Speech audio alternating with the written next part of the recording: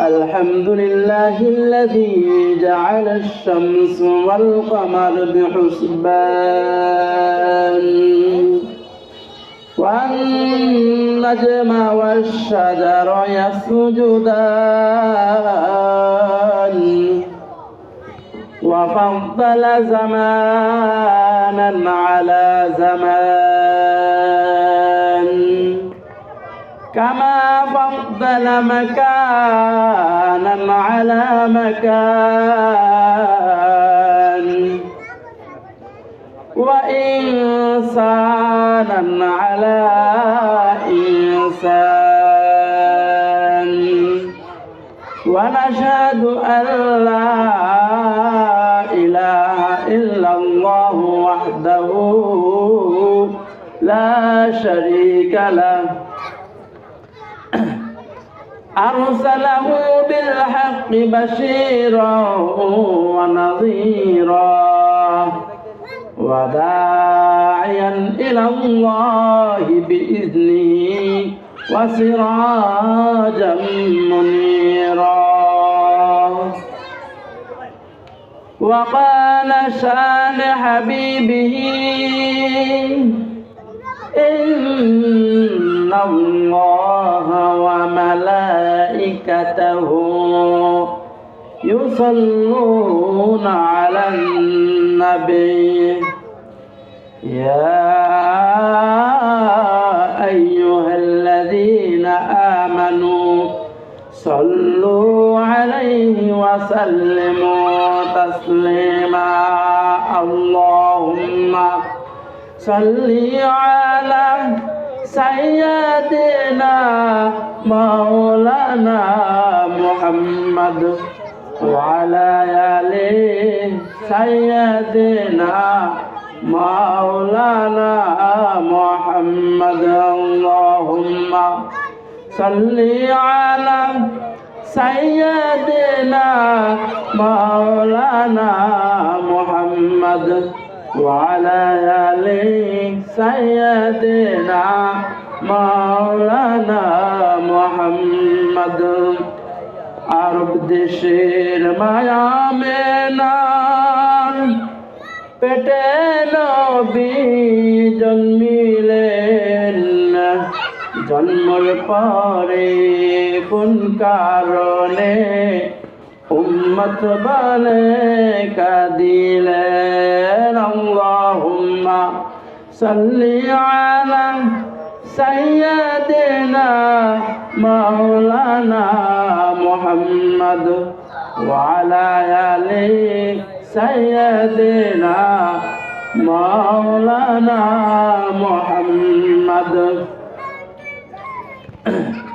أما بعد فقد قال الله تعالى في كلامه المجيد وفرقان الحميد أعوذ بالله من الشيطان الرجيم بسم الله الرحمن الرحيم ولقد ذرأنا لجهنم كثيرا من الجن والإنس لهم قلوب لا يفقهون بها ولهم أعين لا يبصرون بها ولهم آذان لا يسمعون بها أولئك كالأنعام بل هم أضل أولئك هم الغافلون وقال النبي صلى الله عليه وسلم من أحب سنتي ومن أحبني فقد أحبني كان معي في الجنة أو كما قال عليه الصلاة والسلام قال الشاعر শুধু জুদাস রহমাতুল লিল আলামিন মসজিদে শুদ হামারো জমিন শুধু জুদাস রহমাতুল লিল আলামিন মসজিদে শুদ হামারো জমিন সৈয়দে কো نائن ختم المرسلين آخر آمد بود بكر الأولين سيد قوم نائن ختم المرسلين آخر آمد بود بكر الأولين آخر آمد بود بكر الأولين بلغ العلا بكماله كشف الدجى بجماله حسنت جميع خصاله صلوا عليه وآله وهي हम सब मुसाफिर हैं कोई आगे रवाना कोई पीछे रवाना कोई आगे रवाना बलगल उला बिकमालिही कशफत दुजा बिजमालिही हसनत जमीउ खिसालिही सल्लु अलैहि व आलिहि दिन को सूरज डूब रही है हम लोगों के सामने रज महाराज क्या जवाब है मोहम्मद के सामने बलगल उला बिकमालिही कशफत दुजा बिजमालिही हसनत जमीउ खिसालिही सल्लु अलैहि व आलिहि सल्लमु या कौबल सल्लु अला सदरिल अमीन मुस्तफा मा जाअ इल्ला रहमतल लिल आलमीन मुअज़्ज़ज़ मुहतरम सदर जलसा খাজা মঈনুদ্দিন চিশতি রহমাতুল্লাহ আলাইহির স্মরণে দিনের মাহফিল তাফসিরুল মাহফিল কোরআনের মাহফিলের মাননীয় সভাপতি উপস্থিত আমার দূর দূরান্ত থেকে আগত মুসলমান ভাইয়েরা ও আমার পর্দার আড়ালের মা ও বোনেরা আসসালামু আলাইকুম ওয়া রাহমাতুল্লাহি ওয়া বারাকাতুহু। আল্লাহ সুবহানাহু ওয়া তাআলার দরবারে অসংখ্য শুকরিয়া, যেই মহান রব্বুল আলামিন আমাদের সকলকে কোরআনী মাহফিল, দিনের মাহফিল শোনার জন্য পর্দার আড়ালের মা ও বোনেরা ও আমার সম্মানিত উপস্থিতি, আমাদেরকে কোরআনী মাহফিল শোনার জন্য আমাদেরকে সুস্থতা রেখেছেন মহান আল্লাহ পাক রব্বুল আলামিন। এজন্য দিল থেকে অন্তর থেকে তার নিয়ামতের শুকরিয়া বলে আলহামদুলিল্লাহ। সর্ব অবস্থায় আপদে বিপদে বালা মুসিবতে আল্লাহর নিয়ামতের শুকরিয়া আদায় করতে হবে। আল্লাহর নিয়ামতের শুকরিয়া যদি আদায় না করি, মুসলমানি বান্দা,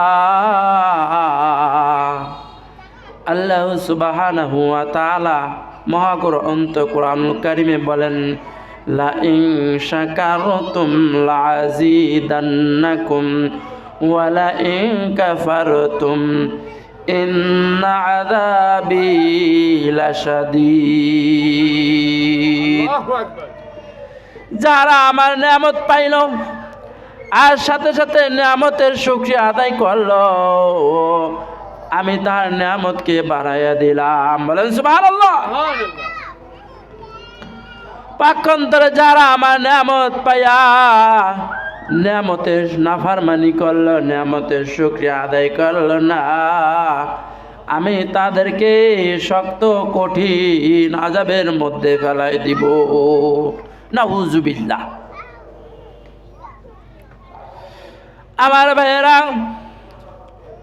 পর্দার আড়ালের মা ও বোনেরা, মাইকের আওয়াজ যত দূরে যাইতেছে, যারা আমরা শুনতে পাইতেছি, আমরা একটু খেয়াল করে শুনি বর্তমান ডিজিটাল যুগে কি চলছে। আমি সেই অবস্থার পরিপ্রেক্ষিতে কিছু কথা বলি, কোরআন হাদিসের কিছু আলোচনা পেশ করি, আমি ক্ষুদ্র আলোচনা শেষ করব। অতএব আপনারা আমার জন্য দোয়া করবেন, আমি যেন সঠিকভাবে আলোচনাটা আপনাদের কাছে পৌঁছে দিতে পারি। আল্লাহ সুবহানাহু ওয়া তাআলা আমাকে যেন তৌফিক দান করে।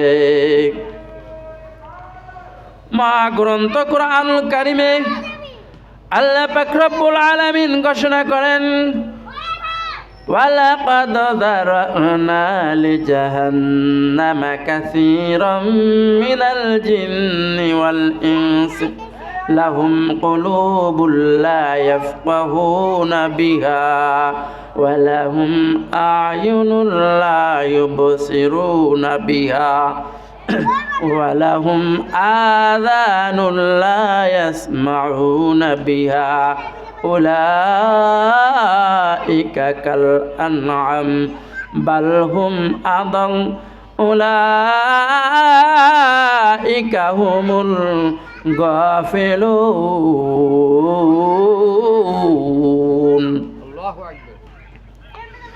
আল্লাহ সুবহানাহু ওয়া তাআলা বলেন, আমি জিন এবং মানব জাতিদের মধ্যে অধিকাংশদের জন্য জাহান্নাম সৃষ্টি করে রেখেছি।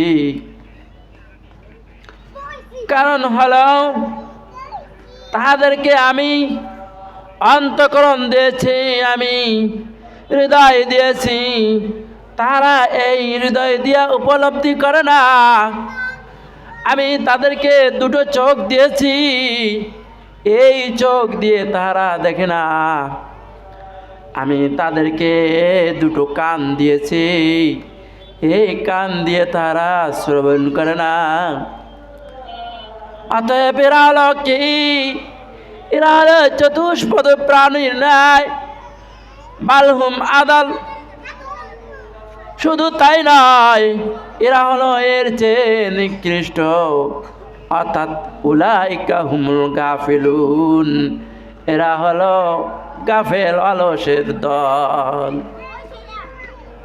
আল্লাহ সুবহানাহু ওয়া তাআলা বলেন, হে মানব মণ্ডলী,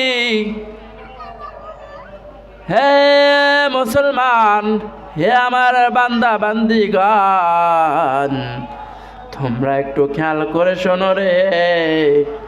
আমি তোমাদেরকে হৃদয় দিয়েছি, তোমাদেরকে অন্তঃকরণ দিয়েছি, তোমরা উপলব্ধি করো না। এই হৃদয় দিয়া, এই অন্তর দিয়ে তোমরা উপলব্ধি করো না। প্রশ্ন বলে কি উপলব্ধি করি না? আমরা তো উপলব্ধি করি। ঠিক বলছে, উপলব্ধি তো করেন, উপলব্ধি তো করা হয়। কি উপলব্ধি করা হয়? দুনিয়ার গান বাজনা, নৃত্য অনুষ্ঠান, যত ফাহেসা নাটক তামাশা, অশ্লীল গান বাদ্যগুলো দেখা হয়, ভাবা হয়। অথচ আল্লাহ পাক রব্বুল আলামিনের লক্ষ্য উদ্দেশ্য এই দিল দিয়ে, এই অন্তর দিয়ে, এই হৃদয় দিয়ে আপনাকে ওই গান বাদ্য শোনার জন্য সৃষ্টি করেন নাই। আল্লাহ সুবহানাহু ওয়া তাআলা মহাগ্রন্থ কুরআনুল কারিমে ইরশাদ করেন, আউযু বিল্লাহি মিনাশ শাইতানির রাজিম, বিসমিল্লাহির রাহমানির রাহিম, ওয়ামা খালাকাতুল জিন্না ওয়াল ইনসা ইল্লা লিয়াবুদুন। আল্লাহ সুবহানাহু ওয়া তাআলা কুরআনুল কারীমে বলেন, আমি জিন এবং মানব জাতিকে সৃষ্টি করেছি আমার ইবাদত করার জন্য। উদ্দেশ্য হলো আমার ইবাদত, আমার বন্দেগী, আমার উপাসনা। অথচ আমরা আল্লাহর বান্দা ও বান্দিরা দুনিয়ার সুজলা সুফলা পৃথিবীর নিয়ামত নামক বস্তু পেয়ে আমরা আল্লাহর ইবাদত বন্দেগীকে ভুলে গেছি। নাউজুবিল্লাহ। আল্লাহকে ভুলে গেছি। আমার সৃষ্ট, আমার সৃষ্টি, আমাকে কে সৃষ্টি করেছেন, আমার লক্ষ্য উদ্দেশ্য ভুলে গেছি। আমরা কোথায় ছিলাম? আমাদের বাড়ি কোথায় ছিল? আমাদের বাড়ি ছিল জান্নাতের মধ্যে। কিছু ভুলের কারণে আমরা জান্নাত থেকে বাইর হয়ে এসেছি। অতএব আমাদের বাড়ি হবে জান্নাতে। সে জান্নাতটা আমরা ভুলে গিয়েছি। আল্লাহর লক্ষ্য উদ্দেশ্যকে আমরা ভুলে গেছি। সুজলা সুফলা পৃথিবী নামক বস্তু পেয়ে, পৃথিবী নাজ নামত পেয়ে, আমরা ডিজিটাল যুগ পেয়ে আল্লাহকে ভুলে গেছি, আল্লাহর নবীকে ভুলে গেছি। ঠিক না? আমার নবী সেরা নবী রাসূল মুহাম্মদ, আমার নবী সেরা নবী রাসূল মুহাম্মদ, যার পরশে হলো সবাই চাঁদ সূরজ চাঁদ, যার পরশে হলো সবাই নূর ছড়ানো চাঁদ। আমার নবী সেরা নবী রাসূল মুহাম্মদ। আমার ভাইরা, আল্লাহ পাক রব্বুল আলামিনকে ভুলে গেছি, আল্লাহর হাবিবকে ভুলে গেছি। কিন্তু আয়াতের লক্ষ্য উদ্দেশ্য এই দিল দিয়া, অন্তর দিয়া আল্লাহকে চিনতে হবে, আল্লাহর রাসূলকে চিনতে হবে, আল্লাহর ইবাদত বন্দেগী করতে হবে। যেরকম ছিল হযরত ইব্রাহিম আলাইহিস সালাম। হযরত ইব্রাহিম কেমন ছিল, কেমন নবী ছিলেন? আল্লাহর নবী খলিল ইব্রাহিম কার ঘরে জন্মেছিলেন? অগ্নি পূজক আজর কুমারের ঘরে। অগ্নি পূজক আজর কুমারের ঘরে জন্মেছিলেন। আমরা একটু খেয়াল করলে বুঝতে পারবো, প্রত্যেক মানুষ তার যার যার ধর্ম নিয়ে দুনিয়া থেকে আছে, যার যার ধর্ম নিয়ে দুনিয়াতে আছে। মায়ের পেটে থেকে প্রসাব হয়, ঠিক না বে ঠিক? কিন্তু একটু গবেষণা করে দেখেন আমার বন্ধুরা, আমার মুসলমান ভাইরা, পর্দার আড়ালের মা বোনেরা, একটু চিন্তা করে দেখেন হিন্দু ভাইরা, তারা তার মায়ের পেটে থেকে হিন্দু হয়ে জন্মাইছে, খ্রিস্টানরা খ্রিস্টান হয়ে জন্মাইছে, বৌদ্ধরা বৌদ্ধ হয়ে জন্মাইছে, পৃথিবীর বুকে আবির্ভাব হয়েছে। কিন্তু দেখেন কয়জন মুসলমান হয়েছে, কয়জন ইসলাম গ্রহণ করেছে? প্রশ্ন করলে বলবেন একজন নয়। কোটিতে কোটি, কত কোটিতে একজন দেখা যায়, খুব কম সংখ্যা দেখা যায়। কিন্তু আমি আপনি দরখাস্ত ছাড়াই আল্লাহ পাক রব্বুল আলামিন আমাকে আপনাকে মুসলমানের ঘরে সৃষ্টি করেছেন, মুসলমানের ঘরে পাঠিয়েছেন। আরে শুধু তাই নয়, আমরা হলো কি আশরাফুল মাখলুকাত সৃষ্টির সেরা। শুধু তাই নয়, আমরা হলাম কি কুনতুম খায়রা উম্মাতিন উখরিজাত লিন-নাসি তা'মুরুনা বিল মা'রুফি ওয়া তানহাউনা আনিল মুনকার। কি হয়েছে? একটু গরম পানি দেয়, গরম পানি। হ্যাঁ, ও না, এমনি একটু দোকান থেকে একটু গরম পানি। ভাইয়ারা আমার, বন্ধুরা আমার, একটু খেয়াল করলে আমরা বুঝতে পারবো যে শুধু মুসলমান নয়, তোমরা সর্বশ্রেষ্ঠ জাতি, তোমরা হলো সর্বশ্রেষ্ঠ উম্মত। কার ঘোষণা? ঘোষণা হলো আমাদের মহান আল্লাহ পাক রব্বুল আলামিনের ঘোষণা।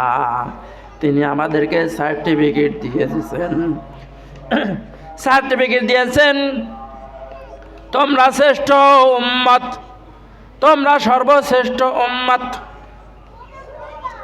শুনতে পারছি আমরা শুধু তো মুসলমান তো আছি, আশরাফুল মাখলুকাত, আবার জাতিগত মুসলমান, ধর্ম আমার ইসলাম, কিন্তু তার মধ্যেই আমরা আখিরি নবী, প্যারা নবী জনাবে হযরত মুহাম্মদুর রাসূলুল্লাহ সাল্লাল্লাহু আলাইহি ওয়াসাল্লামের শ্রেষ্ঠ উম্মত।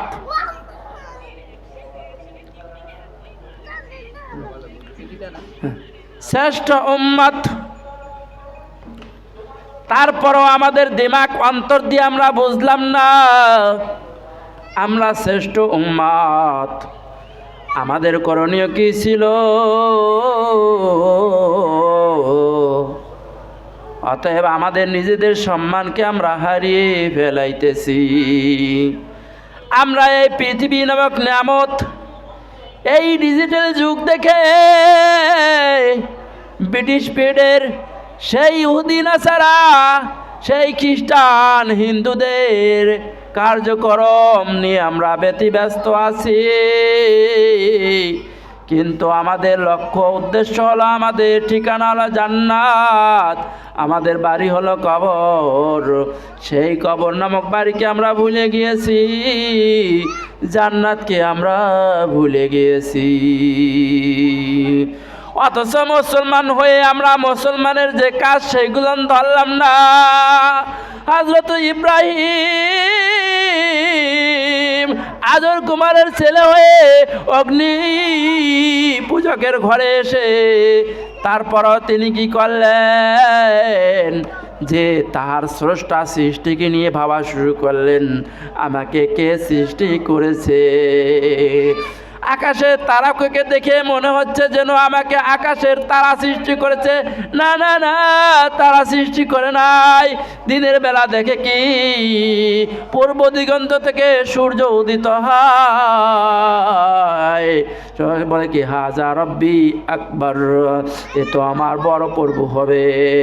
দেখুন কি সন্ধ্যার সময় সূর্য অস্তমিত হয়ে গেল, তখন বলে কি যে এ আমার প্রভু হইতে পারে না, যার অস্তমিত আছে সে আমার প্রভু হতে পারে না।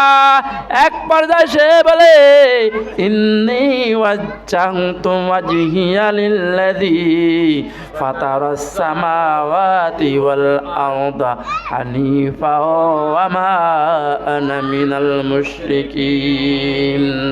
নিশ্চয় যে আসমান জমিন যে সৃষ্টি করেছেন তিনি হবে আমার স্রষ্টা। একত্বভাবে মানে একনিষ্ঠভাবে তিনি আল্লাহর প্রতি ঈমান আনলেন। অগ্নিপূজকের ঘরে এসে যখন তিনি অগ্নিপূজকের ঘরে জন্মে তারপরও তিনি কি করলেন? স্রষ্টাকে চিন্তা ভাবনা দিমাগে এনে তার দিনকে সে পেয়ে গেল। তিনি আল্লাহকে খুঁজতে খুঁজতে আল্লাহকে পেয়ে গেলেন এবং তাকে আল্লাহ পাক রব্বুল আলামিন নবুয়ত দান করলেন। আর তার চেষ্টা যখন আল্লাহকে পেয়ে গেলেন, আল্লাহ উপাধি দিয়ে দিলেন খলিল, আমার বন্ধু। কাফের মুশরিক তার সময় ছিল নমরুদ। নমরুদ কি করলো? তাকে শাস্তি দেওয়ার জন্য অগ্নিকুণ্ডলী সাজালো। সাজানোর পরে তাকে ওই আগুনের মধ্যে নিক্ষেপ করা হলো। আল্লাহ পাক রব্বুল আলামিন বলেন, হে আগুন, আগুন কি মাখলুক? আমরা দু চোখে যা কিছু দেখি বা না দেখি সব কিছু মাখলুক। মাখলুক কিছু করতে পারে না আল্লাহর হুকুম ছাড়া। অর্থাৎ আল্লাহ বাদে সব কিছু কি মাখলুক। আল্লাহ বাদে কিছু করতে পারে না, আল্লাহর হুকুম ছাড়া কিছুই করতে পারে না মাখলুক। আর মাখলুক আগুন নামক বস্তুকে নিক্ষেপ করা হয়েছে। আগুনের গুণ হলো পোড়াইয়া সার করে করে দেওয়া। আল্লাহ সুবহানাহু ওয়া তাআলা নির্দেশ করেছেন, কুলনা ইয়া নারু কুনি বারদাও ওয়া সালামান আলা ইব্রাহিম। হে আগুন, খবরদার, আমার ইব্রাহিম, আমার বন্ধু, আমার খলিল, তার জন্য একদম খামোশ, চুপ হয়ে যাও, তোমার গুণ বন্ধ করো, একটা পশম যেন পড়ে না। আগুন সঙ্গে সঙ্গে স্তম্ভিত হয়ে গেল। আগুন ফুলের বাগিচা হয়ে গেল। আল্লাহু আকবার। আমার বন্ধুরা, মালিক ইবনে দিনার রাহমাতুল্লাহ আলাইহির যুগে দুই অগ্নি পূজক ছিল। তাকে কাজ ছিল এই আগুন পূজা করা। দুই ভাই, তারা 70 বছর যাবৎ আগুন পূজা করতেছিল। এক পর্যায়ে দুই ভাইতে কথা কাটাকাটি লেগে গেছে। ছোট ভাইতে বলছে, ভাইয়া, বড় ভাই এই আগুন পূজা আর করব না। বড় ভাই বলে কি, কেন করবা না?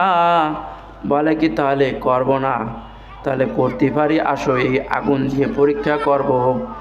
আমরা এই আগুনের উপাসনা করি, এই আগুন পূজা করি, আমরা একটু টেস্ট করব। এই আগুনে যদি আমাদেরকে পোড়ায়া দেয় তাহলে এই আগুন পূজা আর করব না। আর যদি আগুনে যদি না পোড়ায় তাহলে আগুন পূজা করব। ঠিক আছে, পরীক্ষা করা হোক। কিছু আগুন এনে দুইজনে পরীক্ষা করবে। কি দিয়ে পরীক্ষা করবে? তাই কয় যে পরীক্ষা হাত দিয়ে করা হোক।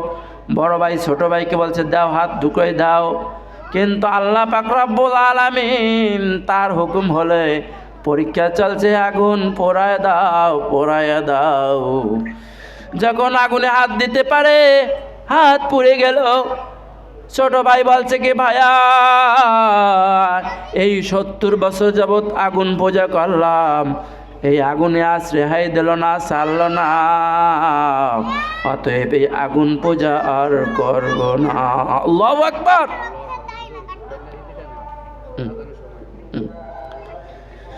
যখন এই দুইজনে রওনা হলো ওই যুগের বড় ইমাম সাহেবের কাছে, প্রতিমধ্যে বড় ভাই বলছে কি, ভাই, আমি বাপ দাদার 14 গোষ্ঠীর ধর্ম ছাড়লাম না, আমি যাব না, তুমি যাও।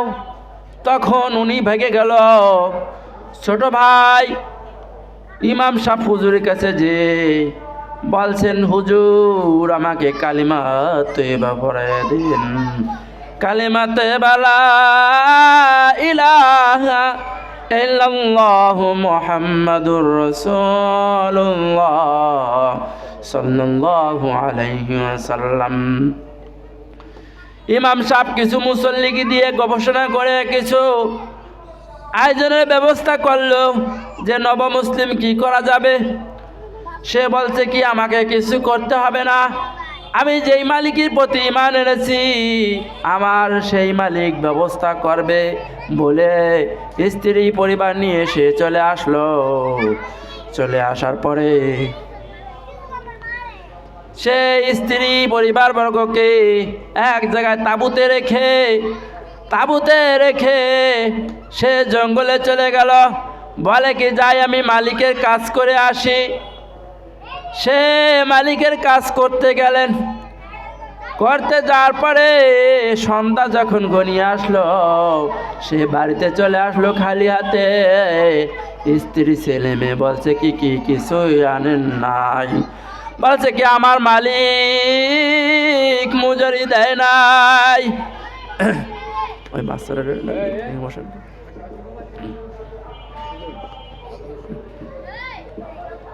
তখন এভাবে একদিন 2 দিন করার পরে সে চলে আসছে। এক পর্যায়ে 3য় দিন সে কি করবে, কিছু ধুলাবালি এক গামছা পেঁচাইয়া নিয়ে আসছে। ওপাশে আল্লাহ পাক রব্বুল আলামিনের জোশ মেরে দিয়েছেন। আল্লাহ এক ফেরেশতাকে বলছে, হে ফেরেশতা যাও জান্নাতের দিনার নিয়ে যাও। আল্লাহু আকবার। इश्क़ महबूब खुदा है जिस दिल से हासिल नहीं, लाखों मोमिन हो मगर हो ईमान में कामिल नहीं। ফেরেশতা মানুষের সুরত ধরে এক পেলা স্বর্ণের দিনার নিয়ে আসছে। আনার পরে বলছে, আপনার স্বামী যে কাজ করেছে মালিক এই মজুরি দিয়ে দিয়েছেন। ওই তার স্ত্রী ওখান থেকে দিনার নিয়ে বাজারে চলে গেলেন। যার পরে একটা দিনার স্বর্ণকার ধরে দেখে কি জান্নাতের সিল মারা। সুবহানাল্লাহ, আল্লাহু আকবার। তখন 1000 টাকা দিয়ে বলছে কি আরো পাবেন, পরে দেব। যান বাজার করেন। বাজার করা শুরু করে রান্না বাড়া শুরু হয়ে গেছে। স্বামী ওই কিছু ধুলাবালি টোল্লা নিয়ে আসছে। ঘরের কাছে আসার সময় সে দেখতে রান্না বাড়া ঘেরান আসলো। তখন সে লজ্জাবোধ করলো, পাশে রেখে দিল। স্ত্রী দেখে ফেলেছে। তখন বলছে কি ব্যাপার, এত আমোদ ফুর্তি আওয়াজ? বলে কি তুমি যে মালিকের কাজ করেছো সেই মালিক মজুরি পাঠাই দিয়েছেন। সুবহানাল্লাহ। বলছে কি আপনি যে টোল্লা ভরে কি আনছেন? যাইয়া সেই টোল্লার কাছে গেছে, গামছার কাছে যখন গেছে গামছাটা খুলে দেখে কি ধুলাবালি সব ময়দা হয়ে গেছে। সুবহানাল্লাহ, আল্লাহু আকবার। তো এই সমস্ত মানুষ তারা বিধর্মী থেকে ইসলাম গ্রহণ করেছে, কালিমা পাঠ করে তারা মুসলমান হয়েছে, ইসলাম গ্রহণ করেছে, তাদের ঈমান। আর আজ আমাদের ঈমান আল্লাহ সুবহানাহু ওয়া তাআলা বলছেন অন্তর দিয়ে ইসলাম চিনতে হবে, অন্তর দিয়ে ইসলামকে কোরআন শরীফ গবেষণা করতে হবে, আল্লাহকে চিনতে হবে, আল্লাহর নবীকে চিনতে হবে। 2টো চোখ দিয়েছি, চোখ দিয়ে কি দুনিয়ার পৃথিবী দেখতে বলছে, এই সমস্ত তামাশা দেখতে বলেছে। চোখ দিয়ে কোরআন শরীফ দেখে দেখে পড়তে বলেছে। চোখ দিয়ে ইসলামিক ইতিহাস লিখতে বলছে, তাফসীর লিখতে বলছে। কিন্তু আমরা যত তামাশা করি, 2টো কান দিয়েছে, কান দিয়ে শুনে না, কান দিয়ে যত আজে বাজে ফাঁস কাজ শুনি, গান বাজনা শুনি, অথচ দিনের মাহফিল আলোচনা শোনার দরকার। ঠিক না বে ঠিক? যার জন্য আমরা এইগুলো করি না। এই জন্য আল্লাহ পাক রব্বুল আলামিন বলছেন এরা তো মানুষ নয়, এরা হলো উলাইকা কাল আনআম, চতুষ্পদ প্রাণী নয়। আরে শুধু তাই নয়, কারণ একটা কুকুর যদি পালেন, কুকুরকে যদি নিঃস্বা খাবার ফ্যান করেও যদি দেন, ওই কুকুরটা সারা রাত্র বাড়ি পাহারা দিবে। একটা গাছের পাতা পড়লেও ঘেউ করে আসবে, যা না জানো কি হয়ে গেল। কিন্তু ওই কুকুর হয়ে কুকুর মালিককে চিনল, মানুষ হয়ে মালিককে চিনলা না। এই জন্য কুকুরের সাথে উদাহরণ দিয়েছে কাল আনআম। কিন্তু যখন তুমি কুকুর তো চিনলো, শুধু তাই নয়, কুকুর যদি তার মালিককে চিনল, তুমি মানুষের মালিককে চিনলা না, তুমি তো সেই কুকুরের চেয়ে তো নিকৃষ্ট, বালহুম আদম। ঠিক না ঠিক? আল্লাহু আকবার, নারায়ে তাকবীর, আল্লাহু আকবার। আল্লাহ সুবহানাহু ওয়া তাআলা আমাদের সকলকে, আমার সম্মানিতা মা ও বোনেরা, পর্দার আড়ালে যারা শুনছি, আমরা যেন ইসলামকে ঠিক মতন ইসলাম অনুযায়ী চলতে পারি এবং মুসলমানের যে কাজ, এই কাজগুলো আমরা যদি সঠিকভাবে করতে পারি, এগুলো যেন আল্লাহ পাক রব্বুল আলামিন আমাদের তৌফিক দান করেন। কারণ আমরা যদি আল্লাহকে যদি না চিনি, আল্লাহর হাবিবকে যদি না চিনি, তাহলে মরণ যে আমাদের কি রকম হবে। হাদিস শরীফে আসছে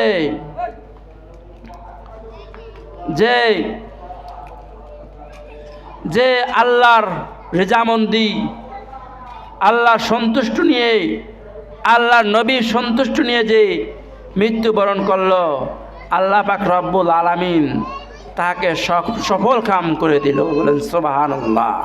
তার মৃত্যুটা খুব সহজে হবে। আর যে আল্লাহর নাফরমানি করলো, আল্লাহকে চিনল না, আল্লাহর হাবিবকে চিনল না, তার মৃত্যু কেমন হবে? তার মৃত্যু কেমন হবে? কিতাবের মধ্যে ফাজায়েলে সদকার মধ্যে লেখা হয়েছে যে ইব্রাহিম আলাইহিস সালামের সাথে আজরাইলের খুব বন্ধুত্ব ছিল। একদিন আজরাইল দেখা করতে আসছে। ইব্রাহিম আলাইহিস সালাম বলছে, ও বন্ধু, তোমার সাথে আমার একটা কথা আছে।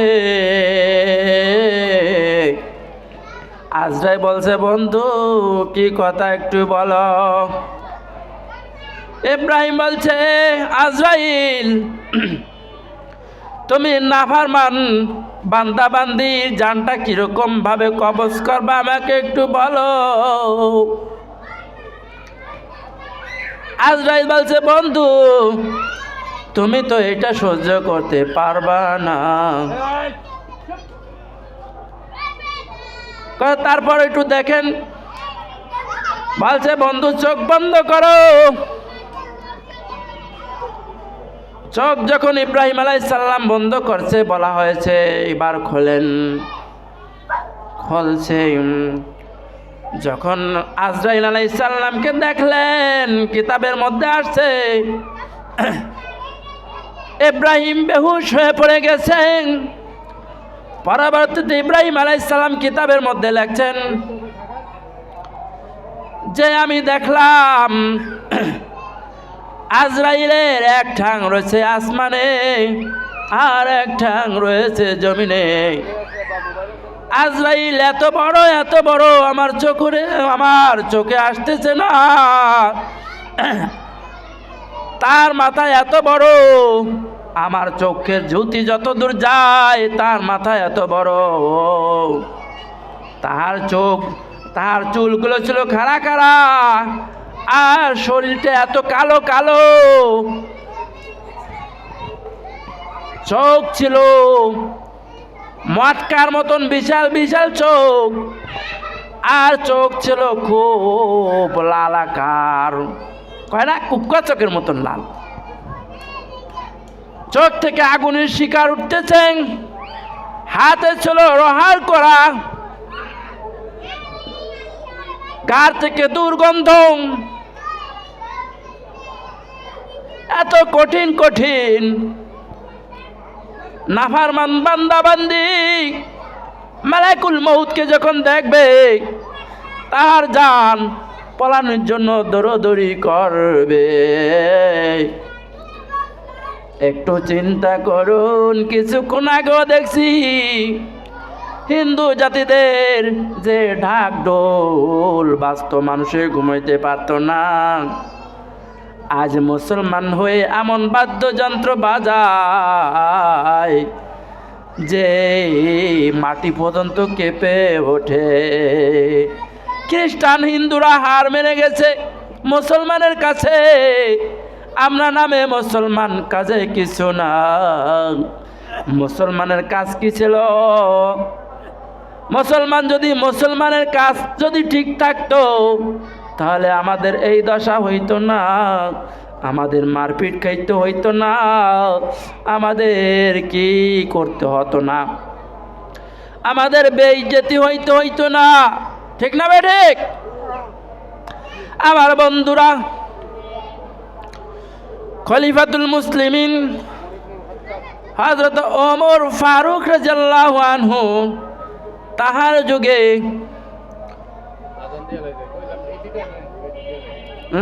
শেষ করব? আচ্ছা, বন্ধুরা আমার, আল্লাহ সুবহানাহু ওয়া তাআলা আমাদেরকে এই আলোচনার উপর আমল করার তৌফিক দান করুন। ওমা আলাইনা ইল্লাল বালাগ।